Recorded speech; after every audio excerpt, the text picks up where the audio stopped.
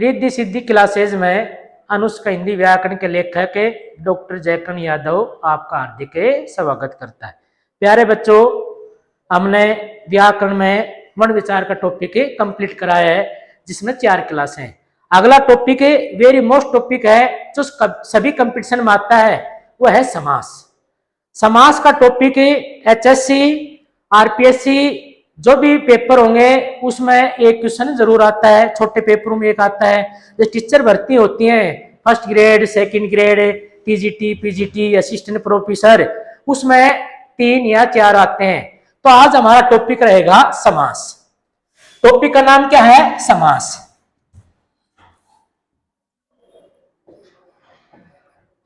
समास। सबसे पहले हम समास के बारे में समझेंगे। तो समास शब्द का सबसे पहले हम करेंगे संधि विच्छेद। समास का सबसे पहले क्या करेंगे? संधि विच्छेद। इसका संधि विच्छेद होगा प्यारे बच्चों सम प्लस आस। इसका संधि विच्छेद क्या करेंगे? सम प्लस आस।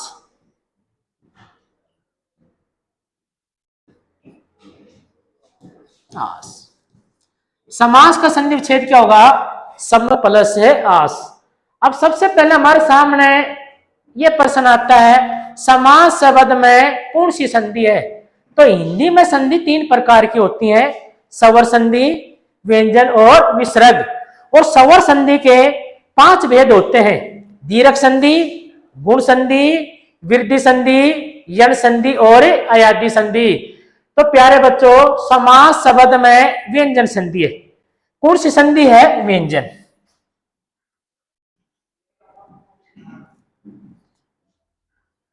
संधि है, व्यंजन। इसका नियम क्या है?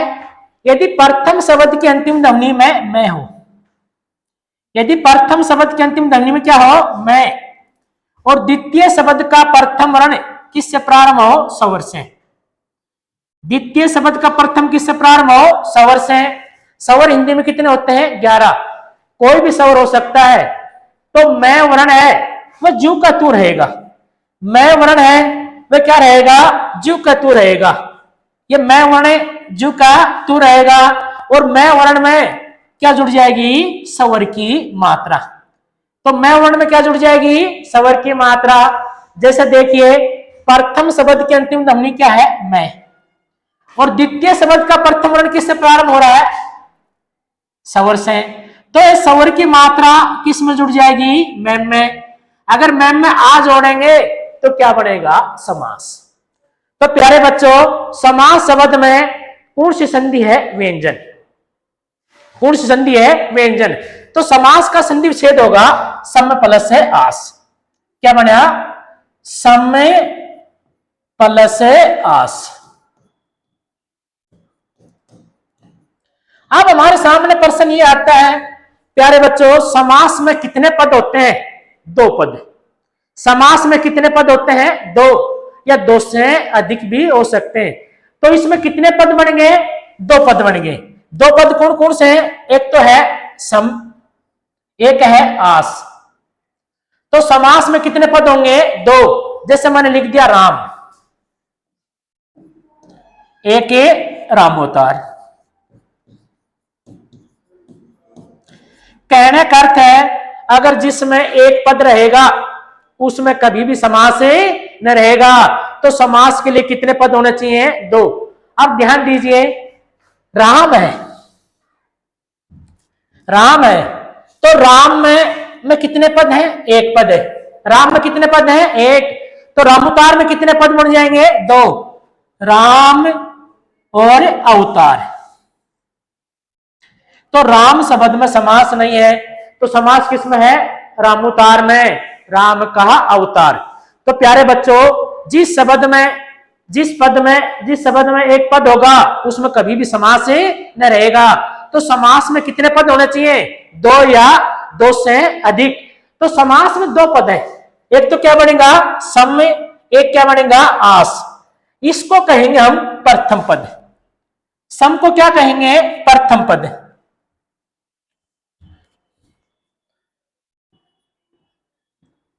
प्रथम पद। इसको क्या कहेंगे? दूसरा पद। दूसरा पद।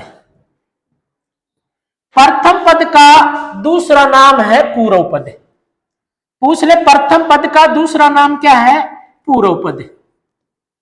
प्यारे बच्चों, प्रथम पद का दूसरा नाम क्या है? पूर्व पद। और दूसरा पद का दूसरा नाम क्या है? उत्तर पद। उत्तर पद। अभी हरियाणा एचपी का पेपर हुआ था पुरुषों का, तो उसमें 31 अक्टूबर 2021 को पूछा था, कौन सा समास है जिसका उत्तर पद प्रधान होता है? तत्पुरुष समास। कई बार प्रश्न ये पूछेंगे, 2018 हरियाणा ऐसा ही पूछा गया था, कौन सा समास है जिसका दूसरा पद प्रधान होता है? तो कौन सा करोगे? तत्पुरुष। अब पूछ ले, कौन सा समास है जिसका पूर्व पद प्रधान होता है? पूर्व पद प्रधान होता है, तो कौन सा करोगे? अव्ययभावी समास। कौन सा समास जिसका पहला पद प्रधान होता है? तो कौन सा होगा? अव्ययभावी समास। अभी हम दोनों का अर्थ निकालेंगे, इन दोनों का अर्थ निकालेंगे। वैसे समकर्थ है, पूर्ण होता है, लेकिन यह समकर्थ निकालेंगे समान। समान का अर्थ हो गया यहां पास, तो इसका अर्थ समकर्थ यहां निकालेंगे पास। प्यारे बच्चों, आस का अर्थ होता है आसन ग्रहण करना। आस का अर्थ क्या होता है? आसन ग्रहण। जैसे अपने घर पर कोई मेहमान आता है तो हम कहेंगे आसन ग्रहण कीजिए, तो आसन ग्रहण का अर्थ होता है बैठाना। आसन ग्रहण का अर्थ क्या होता है? बैठाना। बैठाना। अब इनको हम जोड़ेंगे, इनको क्या करेंगे? हमें जोड़ेंगे, तो क्या बनेगा? पास बैठाना। पास क्या होगा? बैठाना। समास में कितने पद रहेंगे? दो पद, और दोनों पद क्या रहेंगे? दूर दूर। और दूर दूर पदों को जब पास पास बैठाएंगे तो उसमें क्या बन जाएगा? समास। जैसे मैंने लिख दिया, माता और पिता।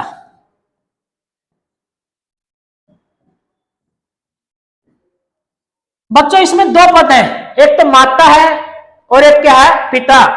अब ये दूर है कि पास? ये दूर है। अब इनको पास बैठाएंगे तो क्या करेंगे? माता, और बीच में योजक चिन्ह लगाएंगे, और पिता। अब ये क्या कहलाएगा? समास। माता पिता, यह क्या हो जाएगा? समास। अब देखिए, माता और पिता में कितने शब्द हैं? तीन है। एक, दो और तीन। और माता पिता में कितने हैं? दो। एक और दो। ये रूप क्या है? बड़ा। माता और पिता, ये रूप क्या है? बड़ा। और माता और पिता, ये रूप क्या है? छोटा। तो समास शब्द का शाब्दिक अर्थ 2015 राजस्थान महिला सुपरवाइजर पूछा गया था, समास शब्द का अर्थ क्या है? तो समास शब्द का शाब्दिक अर्थ करोगे छोटा रूप। क्या करेंगे हमें? छोटा रूप या संक्षेप। तो राजस्थान महिला सुपरवाइजर पूछा था, समास शब्द का अर्थ क्या होगा? संक्षेप। संक्षेप क्या होता है? जो बड़ा रूप होता है और बड़े रूप को हमें छोटे रूप में लिखते हैं, इसे क्या कहेंगे? संक्षेप। तो दूसरा question 2016 Haryana PGT state 2021 UP state में आया था, समास शब्द का विलोम शब्द। समास शब्द का विलोम शब्द। विलोम शब्द। तो प्यारे बच्चों, समास शब्द का विलोम शब्द होता है व्यास। व्यास का अर्थ होता है विस्तार। विस्तार। समास में तो क्या होता है प्यारे बच्चों? जो बड़ा रूप होता है और बड़े रूप को छोटे रूप में लिखते हैं। और व्यास में क्या होता है? जो छोटा रूप होता है और उसको विस्तार से लिखते हैं। जो व्यास का टॉपिक होता है, ये हमारे मैथ में चलता है। तो यहाँ जो पेपर सेट करेगा तो यहाँ दो ही क्वेश्चन बन सकते हैं। एक तो पूछेगा समास शब्द का अर्थ, तो आपको उत्तर देना होगा छोटा रूप या संक्षेपण। और दूसरा क्या बताएगा? समास शब्द का विलोम शब्द क्या करोगे? व्यास। अगर व्यास नहीं होगा तब आपको करना होगा विग्रह। अगर व्यास नहीं होगा तब आपको क्या करना होगा? विग्रह। क्या करोगे? विग्रह।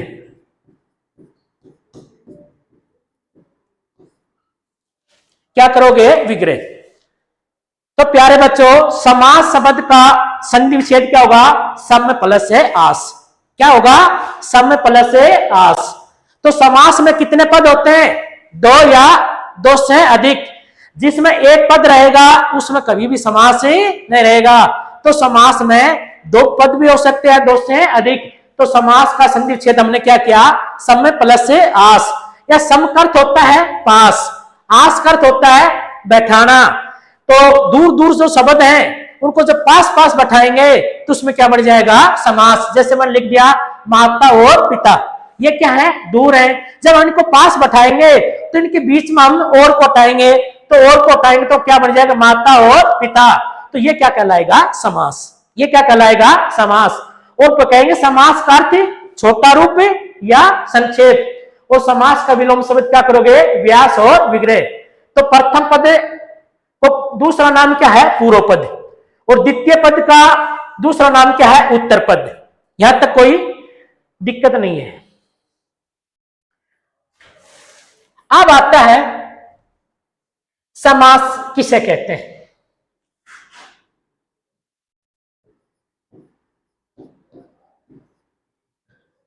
प्यारे बच्चों, अब हमारे सामने प्रश्न आ रहा है हिंदी में समास किसे कहते हैं। जैसे मैंने लिख दिया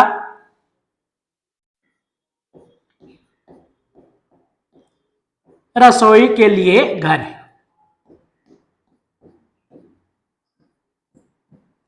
लिए घर। प्यारे बच्चों, इसमें दो पद हैं। इसमें कितने पद हैं? दो। एक तो है रसोई, दूसरा क्या है? घर।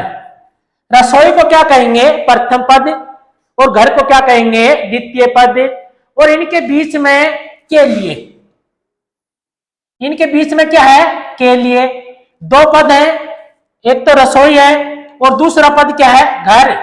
और इनके बीच में के लिए है, इसका क्या नाम है? इसे हम कहते हैं विभक्ति।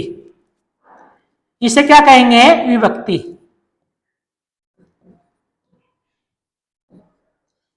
अब इन दोनों पदों के बीच में हमने इसको ऐसा कर दिया, इसका अर्थ होता है लोप। जब दो पदों के बीच में विभक्ति का लोप करने से जो छोटा रूप या समस्त पद बनेगा उसे क्या कहेंगे? समास। ये दो पद हो गए, रसोई और घर। इनके बीच में क्या है? के लिए। अब इसको हटाने से या इसका लोप करने से जो रूप बनेगा वह क्या कहलाएगा? समास। तो हमारे रूप क्या बनेगा प्यारे बच्चों? इसका रूप बनेगा, इनको हम जोड़ेंगे रसोई और घर, तो यह बनेगा रसोई घर। इसे हम क्या नाम देंगे प्यारे बच्चों? इसे कहेंगे समास। इसे क्या कहेंगे? समास। समास की परिभाषा क्या है? दो पद रहेंगे और दोनों पदों के बीच में विभक्ति का लोप करने से जो छोटा रूप या समस्त पद बनता है उसे क्या कहते हैं? समास। जैसे मैं इसकी परिभाषा लिख रहा हूं, दो पदों के बीच में, दो पदों के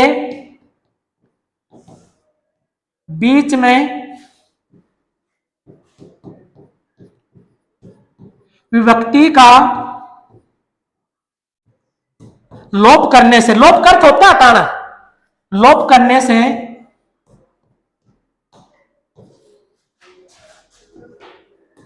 लोप करने से जो छोटा रूप या समस्त पद बनता है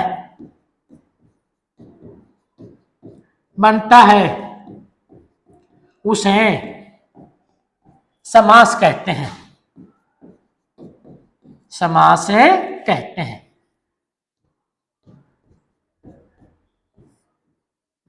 प्रिय दोस्तों, समास की परिभाषा क्या होगी?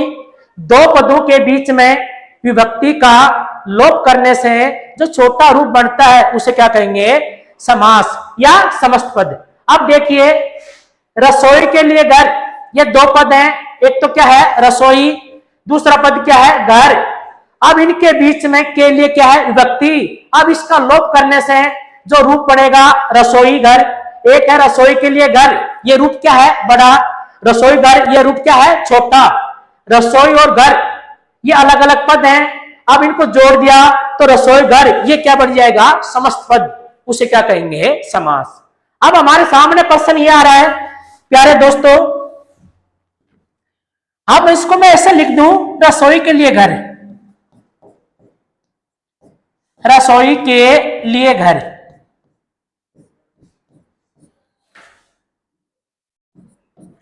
इसको हम क्या नाम देंगे रसोई घर, ये तो क्या है समास, तो रसोई के लिए घर इसे हम कहेंगे समास विग्रह, इसे हम क्या कहेंगे समास विग्रह कहेंगे, समास विग्रह।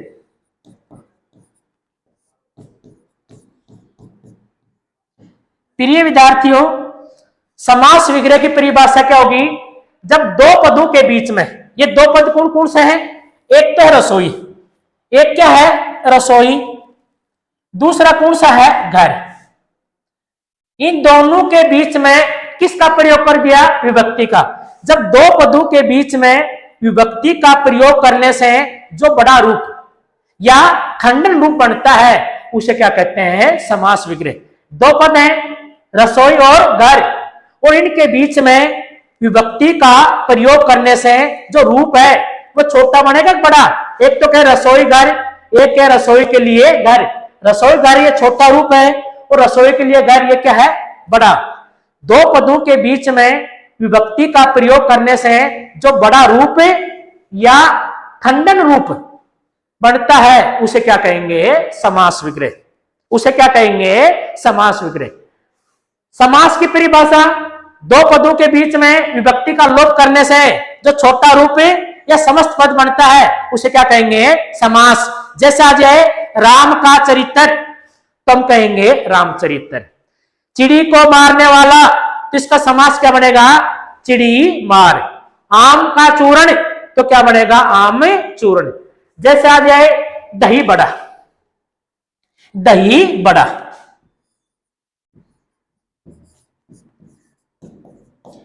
दही बड़ा का समास विग्रह क्या होगा, दही में डूबा हुआ बड़ा, दही में डूबा हुआ बड़ा।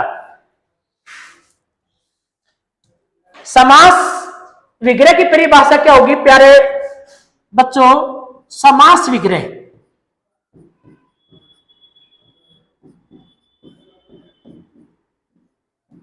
समास विग्रह जब दो पदों के बीच में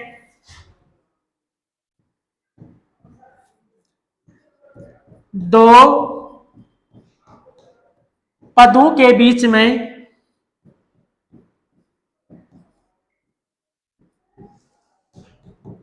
विभक्ति का प्रयोग करने से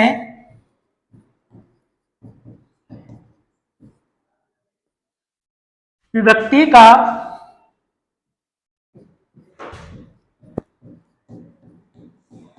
प्रयोग करने से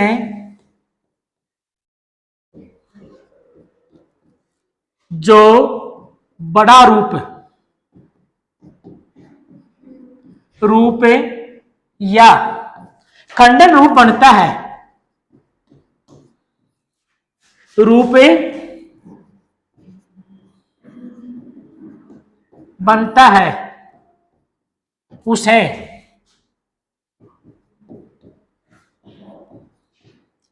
समास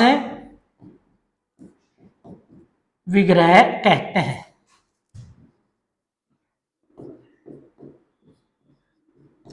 जैसे मैंने लिख दिया राम का चरित्र, रामचरित्र लिख दिया, जैसे रामचरित्र। अब इसका हम समास विग्रह क्या करेंगे, इसका हम समास विग्रह करेंगे राम का चरित्र, राम का चरित्र। जैसे मैंने लिख दिया रणभूमि, रणभूमि।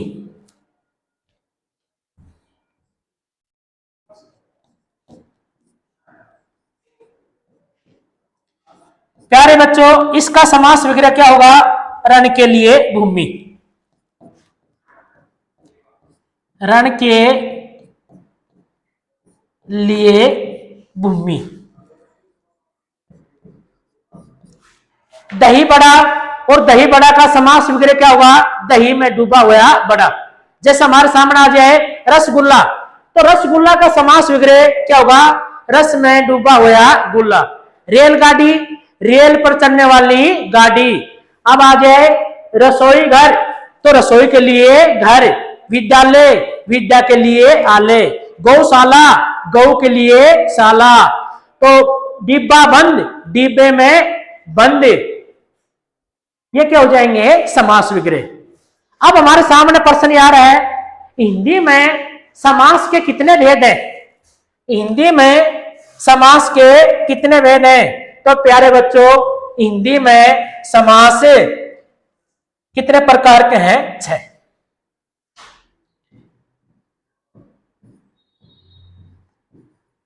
हिंदी में समास 6 प्रकार के हैं।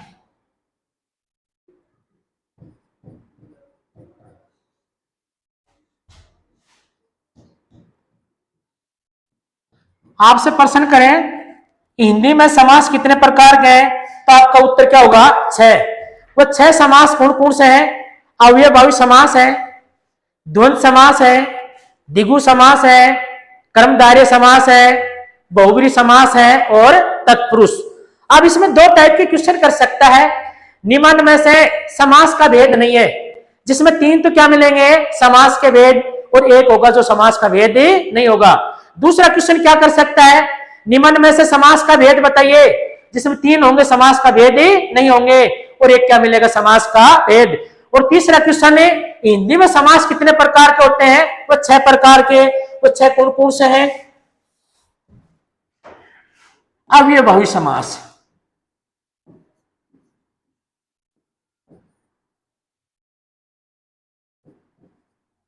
समास, द्वंद्व समास, द्वंद्व समास, द्विगु समास,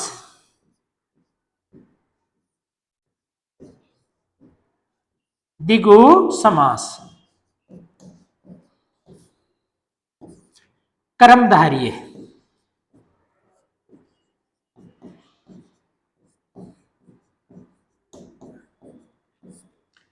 पांचवा बहुब्रीहि समास, बहुब्रीहि समास।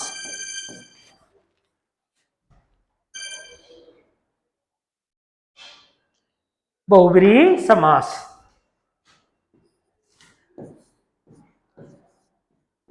तत्पुरुष समास।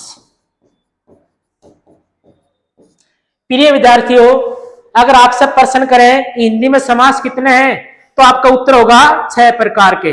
अगर आपसे प्रश्न इस प्रकार का करता है, पदों के आधार पर समास के कितने भेद हैं, तब आपका उत्तर होगा 4।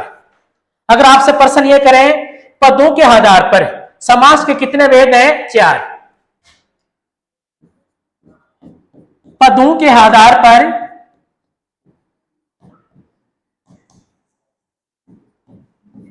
समास के भेद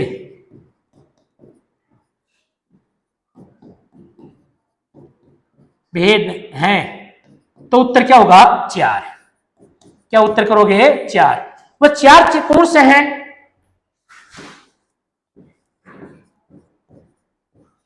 अव्ययभावी समास,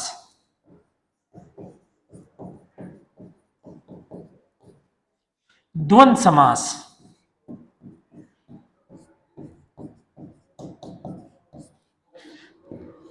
बहुब्रीहि समास,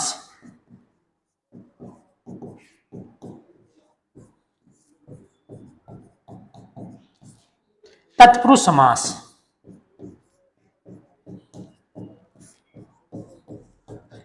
और ये 2 समास हैं, द्विगु और कर्मधारय, ये इसके भेद माने जाएंगे, द्विगु और कर्मधारय। कर्मधारय। अगर आपसे पूछे पदों के आधार पर समास कितने प्रकार के हैं, तो आपका उत्तर आएगा 4। 4 कौन कौन से हैं? अव्ययभावी समास है, द्वंद्व समास है, बहुब्रीहि समास है, तत्पुरुष। और तत्पुरुष में कौन से जुड़ते हैं? एक तो दिगु, एक कर्मधारय। अगर हिंदी में पूछे तो आपका उत्तर होगा 6। तो 6 कौन कौन से हैं? अव्ययभावी समास है, द्वंद्व है, दिगु है, कर्मधारय, बहुब्रीहि और तत्पुरुष। अब पहला समास हमारा है अव्ययभावी समास। पहला समास कौन सा हमारा? अव्ययभावी समास।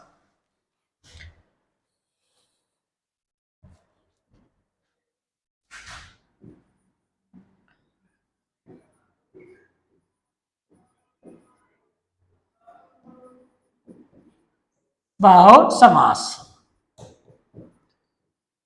प्यारे दोस्तों, सबसे पहले हमारा समास है अव्ययभावी समास। तो हम इसका विश्लेषण करेंगे। सबसे पहले वे। आप बताइए वे शब्द का अर्थ क्या होता है? प्यारे बच्चों, वे शब्द का अर्थ क्या होता है? खर्च करना। वे शब्द का अर्थ क्या होता है? खर्च करना। हिंदी में कोई भी शब्द हो उसके पहले हम ए जोड़ देंगे। हिंदी में कोई भी शब्द हो जिसके पहले हम क्या जोड़ देंगे? ए जोड़ देंगे।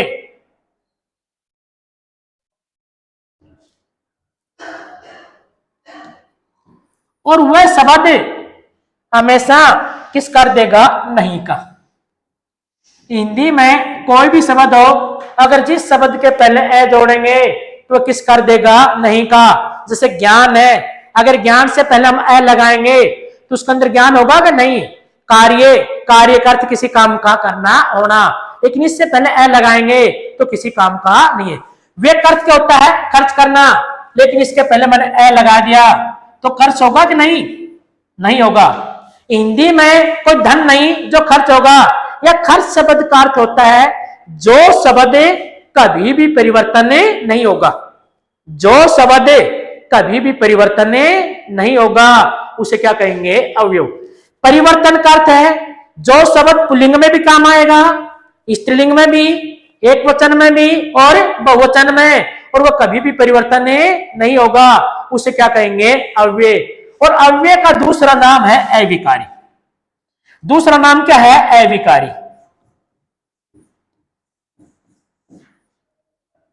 प्यारे बच्चों, प्रयोग के आधार पर शब्द दो प्रकार के होते हैं। प्रयोग के आधार पर शब्द कितने प्रकार के होते हैं? 2। नंबर 1 है विकारी,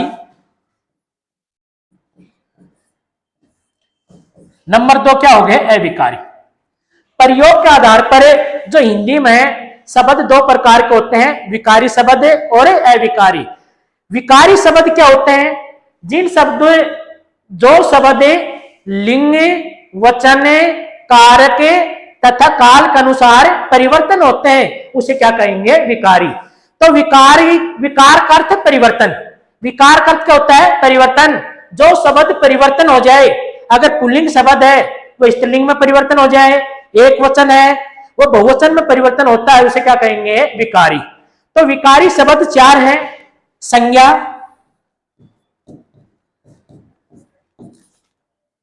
सर्वनाम,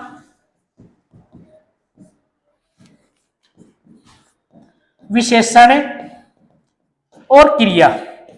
अभी यूपी में वीडियो का पेपर हुआ था तो उसमें एक क्वेश्चन आया था कि विकारी शब्द कितने हैं, तो उत्तर क्या आएगा? 4। वो 4 कौन कौन से हैं? संज्ञा, सर्वनाम, विशेषण और क्रिया। अविकारी, अविकारी शब्द प्यारे बच्चे वो होते हैं जो शब्द लिंग, वचन, कारक तथा काल के अनुसार परिवर्तन नहीं होते। तो कहने का तात्पर्य है वह शब्द पुल्लिंग में भी काम आएगा, स्त्रीलिंग में भी, एक वचन में और बहुवचन में, उसे क्या कहेंगे? अविकारी। अविकारी शब्द 4 होते हैं। क्रिया विशेषण है, समुच्चय बोधक, संबंध बोधक, विस्मादि बोधक। अभी जो HP हरियाणा पुलिस में 3-4-24 पेपर बने थे, जिसमें 4-5 पेपरों में आया था विकारी शब्द क्या है और अविकारी क्या। तो आपके सामने मैं शब्द देता हूं घोड़ा। प्यारे बच्चों, घोड़ा शब्द परिवर्तन हो सकता है कि नहीं? हो सकता है। ये घोड़ा शब्द क्या है? पुल्लिंग। हम इसको स्त्रीलिंग में परिवर्तन नहीं कर सकते। घोड़ा के क्या हो जाएगा? घोड़ी। घोड़ा शब्द एक वचन है या बहुवचन? एक वचन है, इसका बहुवचन क्या होगा? घोड़े। तो इसको हम विकारी कहेंगे या अविकारी? तो इस शब्द को हम कहेंगे विकारी। क्यों कहेंगे? यह शब्द परिवर्तन हो रहा है, पुल्लिंग से स्त्रीलिंग, एक वचन से बहुवचन। जैसे मैंने लिख लिया काला। प्यारे बच्चों, काला शब्द है, यह परिवर्तन होगा कि नहीं? होगा। काला पुल्लिंग है, स्त्रीलिंग में क्या हो जाएगा? काली। काला एक वचन है, बहुवचन क्या होगा? काले। प्यारे बच्चों, जाता शब्द है, यह परिवर्तन होगा कि नहीं? होगा। जाता पुल्लिंग है, स्त्रीलिंग क्या होगा? जाति। जाता एक वचन है और बहुवचन क्या होगा? जाता। प्यारे बच्चों, अंदर शब्द, अंदर शब्द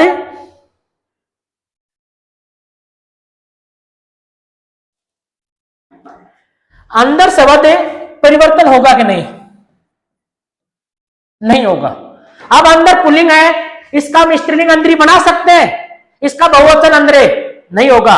अंदर शब्द है, ये पुल्लिंग में भी आएगा, स्त्रीलिंग में भी और बहुवचन में। जैसे अशोक अंदर बैठा है। दूसरा कहूं राधा अंदरी बैठी है, तो राधा को अंदरी नहीं करेंगे तो इसका अंदर ही आएगा। वह अंदरे बैठे हैं तो अंदरे नहीं करेंगे, अंदर ही आएगा। तो ये अंदर शब्द क्या है? अविकारी। ये पुल्लिंग में भी काम आता है, स्त्रीलिंग में भी, एक वचन और बहुवचन। जैसे पास। प्रिय विद्यार्थियों, जो प्रिय विद्यार्थी है, जो पास शब्द है, ये भी क्या है? अविकारी। जैसे आ जाए यथा, प्रति। प्यारे बच्चों, यथा और प्रति ये विकारी शब्द है या अविकारी? तो हमारा प्रश्न आएगा अविकारी। अवयवभावी समास में, अवयवभावी समास में दो अवयव आएंगे। एक तो क्या आएगा? यथा। एक तो क्या आएगा?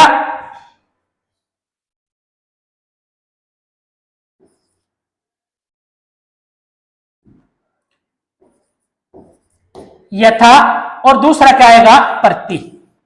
कभी कभी प्रति ने आकर क्या आएगा? प्र और आधा है। समास में कितने पद होते हैं? दो पद। जिस समास का पहला पद यथा, प्रति और प्र और आधा तय से प्रारंभ होगा, उसमें सदैव अवयवभावी समास रहेगा। उसमें क्या रहेगा? अवयवभावी समास। जिस समास का पहला पद किससे प्रारंभ होगा? यथा से या प्रति से।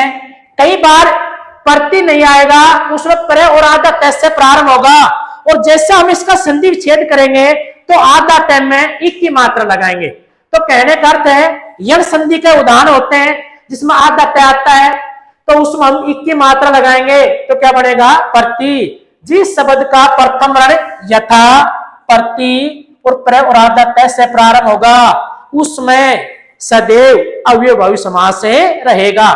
जैसे मैं आपको उदाहरण समझा रहा हूं, यथाशक्ति। यह प्रश्न आ जाए यथाशक्ति, तो इसमें कौन सा समास है? अवयवभावी समास। अब इसमें दो पद हैं, यथा और शक्ति। पहला पद कौन सा आएगा? यथा, और दूसरा क्या आएगा? शक्ति। तो इसमें कौन सा समास करोगे? अवयवभावी समास। यथा क्रम, इसमें कौन सा आएगा प्यारे बच्चों? अवयवभावी समास। यथा विधि अवयवभावी समास, यथा गति अवयवभावी समास, यथा अवसर अवयवभावी समास, यथोचित। अब इसमें यथा नहीं आया, इसमें क्या होगा? यथोचित। यह टेंशन लेने की जरूरत नहीं है, यथोचित। अब कहोगे प्यारे बच्चों गुरुजी इसमें यथा नहीं आया, इस कंडीशन में इसका हम समास है, इसका क्या करेंगे? संधि विच्छेद। इसका क्या करेंगे? संधि विच्छेद। तो संधि विच्छेद करेंगे तो इसका संधि विच्छेद क्या होगा? यथा प्लस है उचित। तो पहला पद किससे प्रारंभ होया? यथा से। तो इसमें भी कौन सा होगा?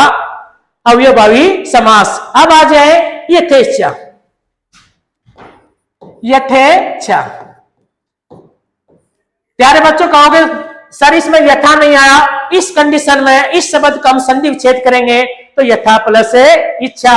यथा संभव है, प्रतिदिन है, प्रत्येक है, प्रतिक्षण है, प्रतिपल है। इनमें कौन सा है? अवयवभावी समास। अब हम अवयवभावी समास की परिभाषा बताते हैं।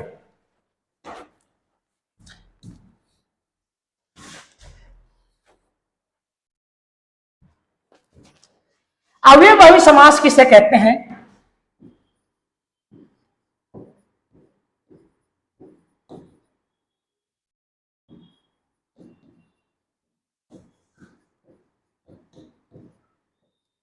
प्यारे बच्चों, जिस समास का पहला पद, जिस समास का पहला पद अवयव होने से, अवयव का अर्थ है जो परिवर्तन नहीं होता, जिस समास का पहला पद अवयव होने से समस्त पद अवयव हो जाता है, उसे अवयवभावी समास कहते हैं।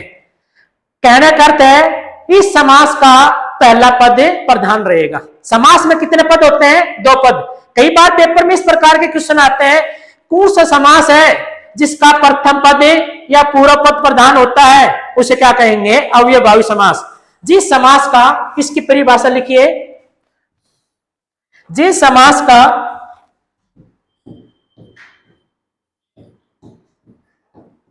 जिस समास का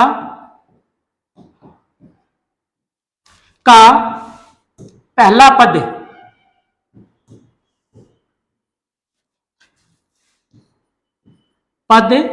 अवयव होने से, अवयव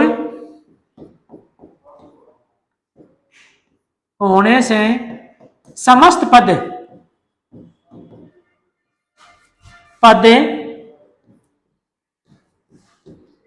अवयव हो जाता है,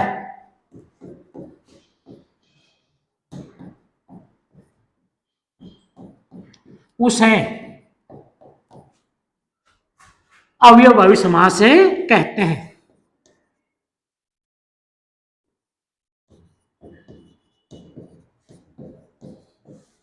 समास कहते हैं।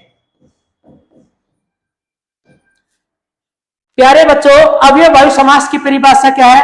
जिस समास का पहला पद अवयव होने से संपूर्ण पद क्या हो जाता है? अवयव, उसे क्या कहेंगे? अवयवभावी समास। अगर आपको यह वीडियो अच्छी लगी तो ज्यादा से ज्यादा शेयर करना और ज्यादा से ज्यादा लाइक और कमेंट्स डालना। एक तरफ लिखेंगे हम समास, एक तरफ क्या लिखेंगे? समास, दूसरी तरफ लिखेंगे समास विग्रह। समास और समास विग्रह।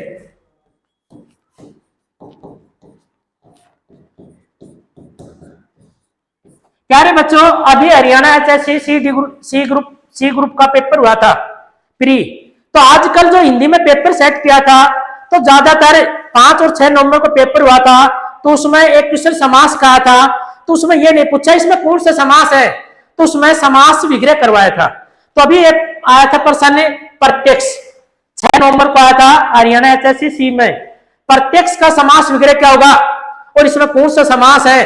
तो प्रत्यक्ष का समास विग्रह होगा आंखों के सामने या किसी के सामने, और इसमें कौन सा है? अवयवभावी समास। जैसे हमारा समास आ जाए यथाशक्ति, यथाशक्ति, आप इसमें समास बता सकते हो कौन सा है? अवयवभावी समास। अब आपसे करवा ले अवयव यथाशक्ति समास विग्रह क्या होगा, तब आपको करना होगा शक्ति के अनुसार, शक्ति के अनुसार।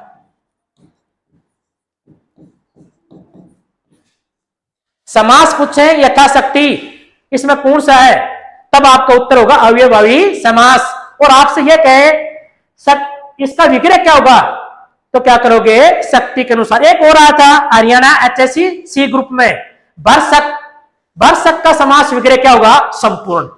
भरसक का समास विग्रह क्या होगा? संपूर्ण। दूसरा समास दे दे यथाविधि, यथाविधि। तो प्यारे बच्चों, इसका समास क्या विग्रह क्या होगा? विधि के अनुसार, विधि के अनुसार।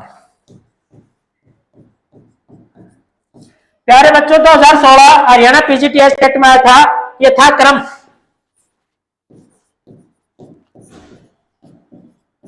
तो इसका विग्रह क्या करोगे? क्रम के अनुसार,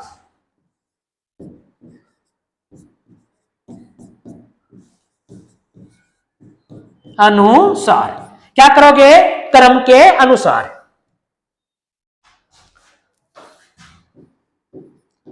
समास और समास विग्रह।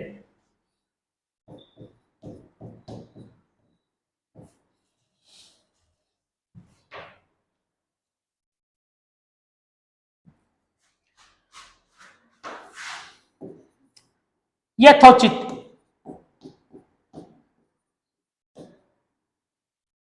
इसका समास विग्रह हुआ जैसा उचित हो सके, जैसा उचित हो सके।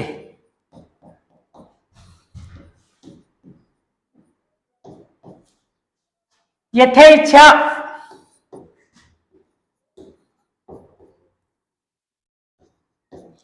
इसका विग्रह इच्छा के अनुसार, इच्छा के अनुसार।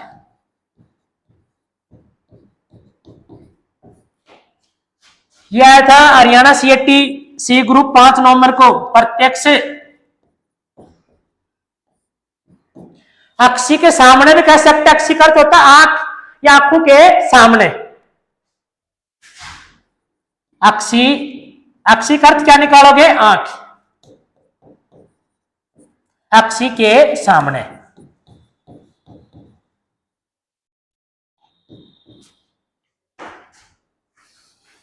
प्रतिदिन,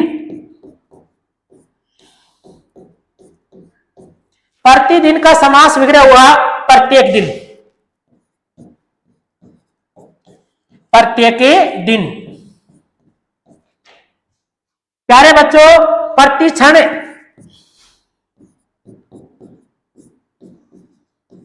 इसका समास विग्रह हम क्या करेंगे? प्रत्येक क्षण। प्यारे बच्चों, प्रतिपल, हर पल या प्रत्येक पल, प्रत्येक पल। सबसे बड़ी पहचान क्या है? जिस समास का पहला पद किससे प्रारंभ होगा? यथा से। जिस समास का पहला पद किससे प्रारंभ होगा? यथा से।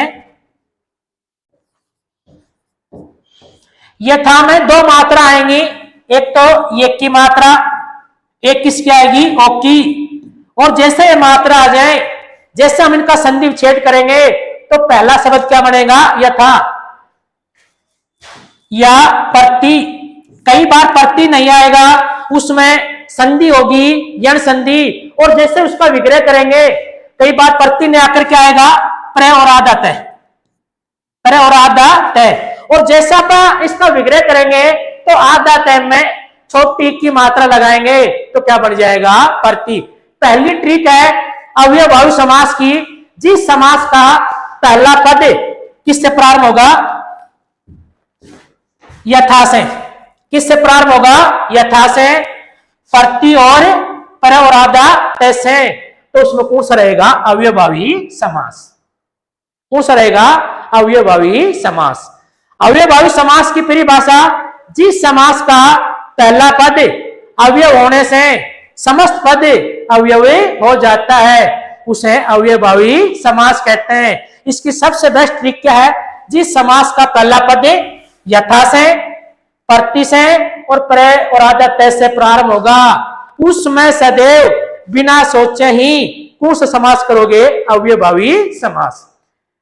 प्यारे बच्चों, इसकी सेकंड परिभाषा और है अव्ययभावी समास की। एक शब्द दो बार आए, एक शब्द कितनी बार आए? दो बार, लेकिन उनकी मात्रा मंत्र हो सकता है, उनकी मात्रा मंत्र हो सकता है।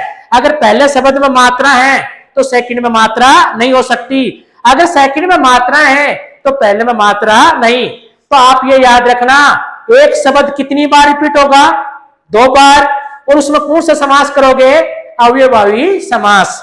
इसकी सेकंड परिभाषा है एक शब्द दो बार आए। एक शब्द कितनी बार आए? दो बार, और वह शब्द अवयव की तरह कार्य करे। एक शब्द दो बार आए और वह शब्द अवयव की तरह कार्य करे, उसमें अव्ययभावी समास रहेगा। सेकंड परिभाषा क्या बनती इसकी? एक शब्द,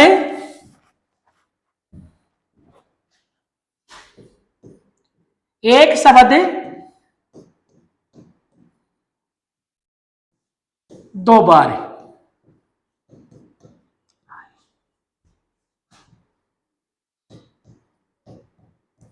और वह शब्द, और वह शब्द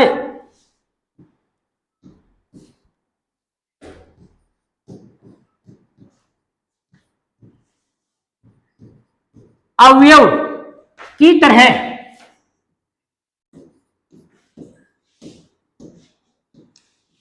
कार्य करे।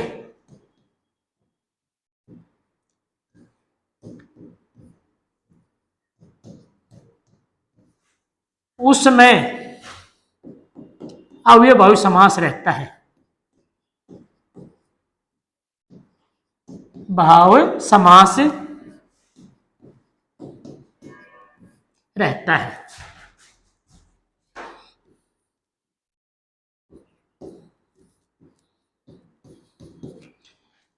प्यारे बच्चों, आपने इस परिभाषा को अच्छी तरह समझ लिया। एक शब्द कितनी बार आएगा? 2 बार। और वह शब्द किस तरह काम करेगा? अवयव की तरह। एक शब्द 2 बार रिपीट हो जाए और उसमें बिना सोचे क्या करेंगे? अवयवभावी समास।